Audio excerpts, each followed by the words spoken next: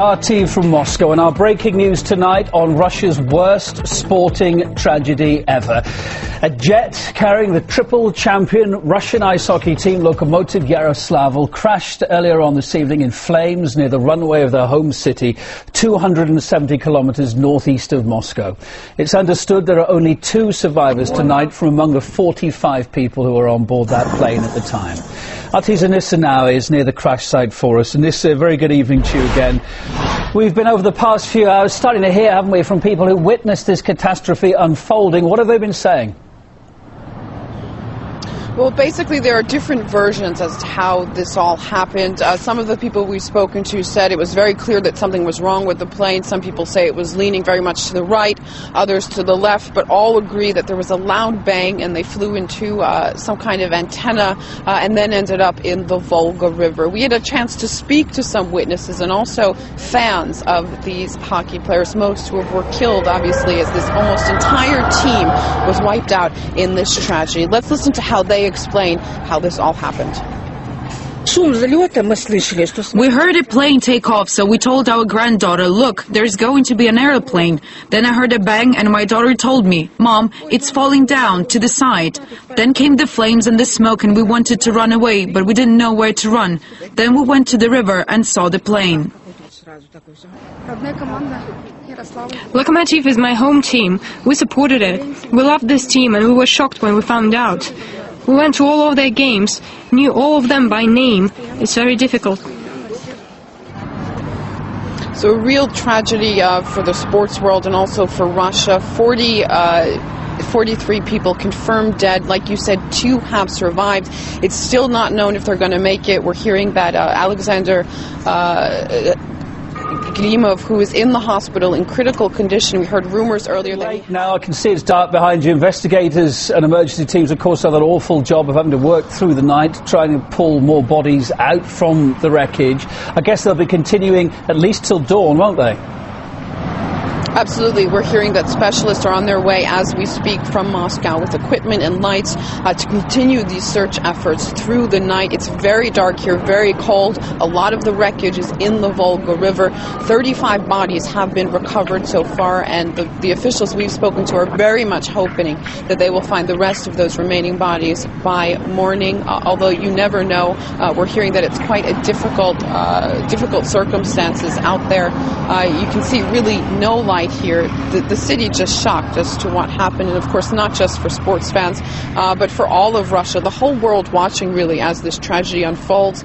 Parallel taking place in this city, of course, the Global Policy Forum. President Medvedev on his way to Yaroslavl anyway on Thursday. He'll be cutting half of his schedule in half to come here to the crash site and pay his respects to those who lost their lives. And as you're speaking, we were looking over your shoulder at those rather raw feed pictures coming in, I think, from a mobile phone. No, actually, we're not over your shoulder, actually on the screen. We're seeing the plane on fire in the Volga there, smoke and flames coming off it, and rescue crews, the initial ones in boats, trying to get to that wreckage as soon as they possibly could. Can you paint a picture for us, please, of how close the Volga River is to the airport? I gather the plane split into 3 pieces. 2 of those ended up in the river. Is that correct?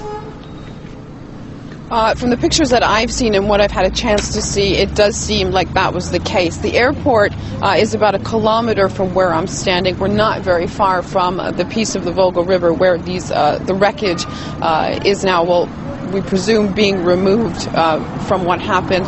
As far as we know, what happened was once the plane crashed, most of it, like you said, 3 pieces, it's being said, it was broken into 3 pieces. At least 2 of those pieces, including the fuselage, in the Volga River. Lots of flames, lots of smoke, and then basically hours after that, just intense efforts to find the bodies as soon as possible. It has to be said, this happened in between, I'm going to say, 4:30, 5 o'clock Moscow time, and within hours they have already had found dozens of the bodies, and we're already at 35. So although this, of course, terrible tragedy, it has to be said that the emergency workers are working very quickly and very effectively. 35 bodies already found. Anissa, don't go away. We wanted to stay there and coming straight back to you, but we've got more, obviously, reports coming in, more eyewitnesses who saw what happened. We've been speaking to some of those who watched that plane so tragically come down. This is one eyewitness, what he had to say.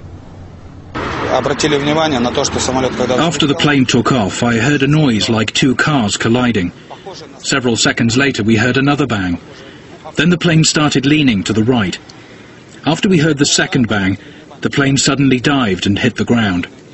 I didn't see it hit the ground, but we saw that its tail broke off. The plane broke in two. Again, some conflicting evidence there. That chap saying the plane broke in two. We're also seeing news reports and news wires coming through saying the plane broke into three. Also hearing eyewitness reports of that ferocious fire. One policeman earlier on, Anissa, saying that he saw flames, he described them as high as a 9-story building. Horrendous what went on there. You were saying just now the causes, there are two kind of different stories. We heard one eyewitness report saying that he saw that plane go down almost as it was taking off. It barely took to the sky. The other report, of course, saying that it may have hit antennas. Try and bring us a bit more about what's being said about what could have caused this awful tragedy. This is always the case when there are crashes like this. Lots of different angles that you could have watched this plane hit something.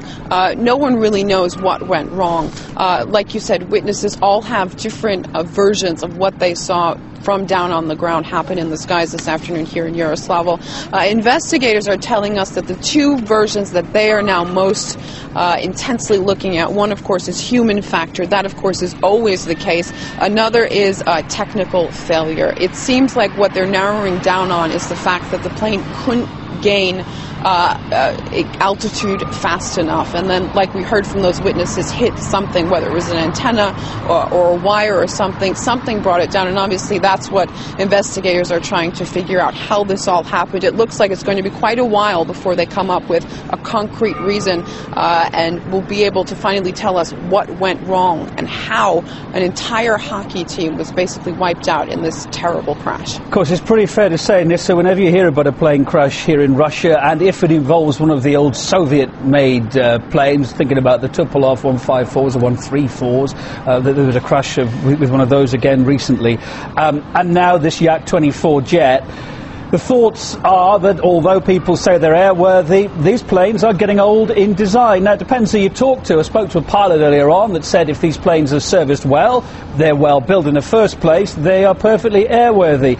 I don't know, what do we know about this Yak-24 jet? Yeah, it of course always depends on who you ask. Some experts will say Soviet planes are very well made, and if they're kept in good condition, they can certainly keep flying. Others will say it's time for these planes to retire because we're seeing too many crashes. And I think there's going to be a lot of debate about that over the next the next few days. What we do know about this Yak in particular is that it held 100 seats. The general capacity for a Yak 42 is about 120, and they are known to be very reliable planes. Over the past decade or so, there have been several incidents that have caused crashes, and of course forced pilots and experts to begin thinking about whether or not Yaks should be flying. This is something that is going to continue, especially after this latest crash. All right, listen now, thanks for bringing us up to date with what you know. Sorry, I got the 42 and the 24 mixed around there the wrong way. That model was, as you're saying, this Yak-42 jet involved in tonight's crash.